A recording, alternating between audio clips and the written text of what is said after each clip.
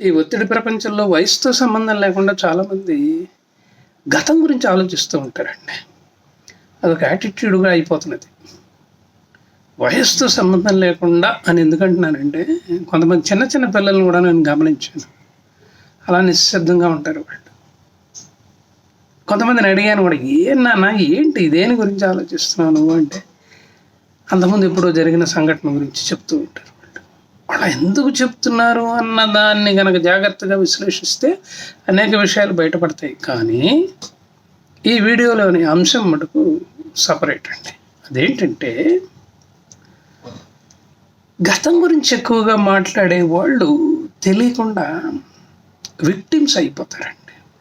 సమాజం అంటే మనుషులు వాళ్ళని ఎక్కువగా వాడుకునే ప్రయత్నం చేస్తుంటారు అనమాట. అలా కాకుండా ఫ్యూచర్ గురించి మాట్లాడే వాళ్ళు ఉన్నారనుకోండి, అంటే ఫ్యూచరిస్టిక్ అవుట్లుక్ ఉన్నవాళ్ళు అయితే వాళ్ళు ఎంటర్‌ప్రెన్యూర్స్‌గా మారే అవకాశం ఉందండి. అంటే వాళ్ళ మీద వాళ్ళకి నమ్మకం ఎక్కువ ఉంటుంది. వాళ్ళ మీద వాళ్ళకి ఆత్మస్థైర్యం ఎక్కువ ఉంటుంది.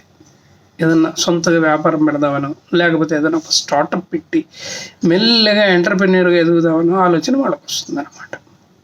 అంటే ఆలోచనలో ఎక్కువ భాగం ఎప్పుడు కూడాను ఫ్యూచర్ గురించి ఆలోచించే వాళ్ళు ఈ విధంగా ఎంటర్‌ప్రెన్యూర్స్ అయ్యే అవకాశం ఉంది. అయితే దీనికంటే ఇంకొక స్థాయి ఉందండి.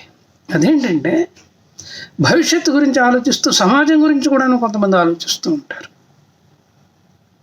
వాళ్ళని మనం ఏమంటామంటే విజనరీస్ అంటామండి.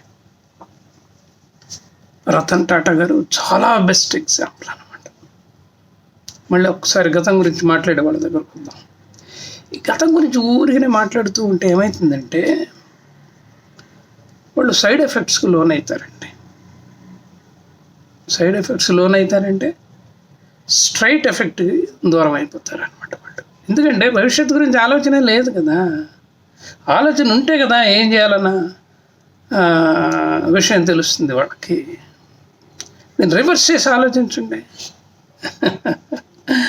స్ట్రైట్ ఎఫెక్ట్ కనుక దగ్గర అయితే సైడ్ ఎఫెక్ట్స్ దూరం అయిపోతారు. ఇది చెప్పేది ఏముందండి. బాగుంది కిరణ్ గారు, మీరు ఏదో ఫ్యాక్ట్స్ చెప్తున్నారు, కన్విన్సింగ్గా చెప్తున్నారు, రేషనల్గా కూడా ఉంది మీరు చెప్పే మాట, కానీ ఉదాహరణ చెప్తే బాగుంటుంది కదా అని మీరు అనొచ్చు. మీరు అనకపోయినా నేను చెప్తాను. నా అలవాటు ఏంటంటే, ఏదన్నా ఒక కాన్సెప్ట్ చెప్పినప్పుడు మనసుకు హత్తుకుపోయే ఉదాహరణ చెప్తే బాగుంటుంది అని చెప్పేసి.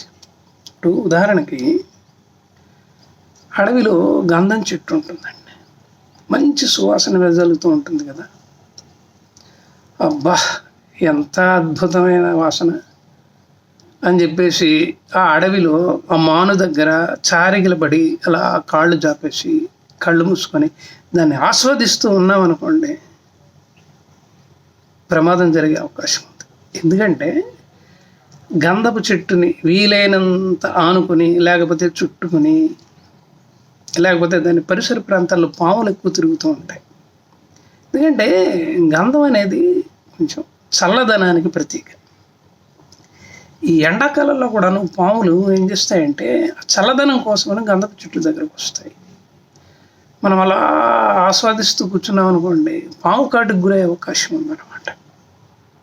అది సైడ్ ఎఫెక్ట్ అని చెప్పడానికి ఉద్దేశం. అది అంటే ఇక్కడ మన ఉద్దేశం ఏంటంటే, పామును పట్టుకోవడము మన ఎయిమ్ కాదు, అట్లాగే పామును పట్టుకొని విషం తీసి అమ్ముకోవడము మన ఎయిమ్ కాదు. మన ఎయిమ్ ఏంటంటే బతికితే గంధం చెట్టులాగా బతకాలి అని చెప్పేసి. ఈ మాట నేను ఎందుకు అంటున్నానంటే, గంధం అది భగవంతుడికి దగ్గరగా వెళుతుంది కదా. గుళ్ళో గంధం లేనిదే పని జరగదు. ఇంట్లో పూజా మందిరంలో గంధం లేనిదే పని జరగదు కదా. కాబట్టి అణువులోనూ కూడాను సువాసన వెదజల్లే తత్వం ఉంది. కాబట్టి ఒక విధంగా అది భగవంతుడికి దగ్గర అవుతుంది. ఆధ్యాత్మికంగా చెప్పాలంటే, లౌకిక జీవనంలో చెప్పాలి అంటే మనుషులకు కూడాను దగ్గర అవుతుందండి. మనుషులకు కూడాను దగ్గర అవుతుంది అన్నమాట. గంధం వల్ల చాలా ఉపయోగాలు ఉన్నాయి. అది మళ్ళీ ఒక సపరేట్ సబ్జెక్ట్ అవుతుంది. యాతావాత నేను చెప్పేది ఏంటంటే, గంధం చెట్టులాగా బతికే ప్రయత్నం చేయాలి. ఎందుకంటే మనల్ని కాటేయడానికి రకరకాల వ్యక్తులు కూడా ఎదురు చూస్తూ ఉంటారు. ఒక వీడియోలో ఒక మాట చెప్పాను, అదేంటంటే ప్రపంచం నిన్ను నీలాగా ఉండనివ్వకుండా కుట్ర పన్నుతుంది. ఆ కుట్ర నుంచి బయట కనుక పడితే నువ్వు అద్భుతమైన వ్యక్తివి అవుతావు అని చెప్పేసి. ఎందుకో గంధం చెట్టు గురించి ఆలోచిస్తూ ఉంటే నాకు ఈ ఆలోచనలు వచ్చాయంటే బహుశా మీకు నచ్చే ఉంటుందని అనుకుంటున్నాను. ఇంతేనండి ఈ వీడియోలో, ఎందుకంటే చెప్పాల్సిందే లేదు. ఈ వీడియో కనుక మీకు నచ్చితే నా ఛానల్కి సబ్స్క్రైబ్ చేయండి, అలాగే వీలైనంత ఎక్కువ మందికి షేర్ చేయండి, అలాగే కామెంట్ బాక్స్లో అద్భుతమైన మెసేజ్ పెట్టండి. ఇక్కడ లైక్ బటన్ ఉంటుంది, అది నొక్కండి. బెల్ ఐకాన్ ఉంటుంది, దాన్ని కూడా నొక్కండి. లేదు కిరణ్ గారు మీతో మాట్లాడాలని ఉంది అని కనుక అనుకున్నట్టయితే హాయిగా మాట్లాడండి. నా పేరు మారుతి కిరణ్, నా ఫోన్ నెంబర్ 9491063089. నమస్కారం.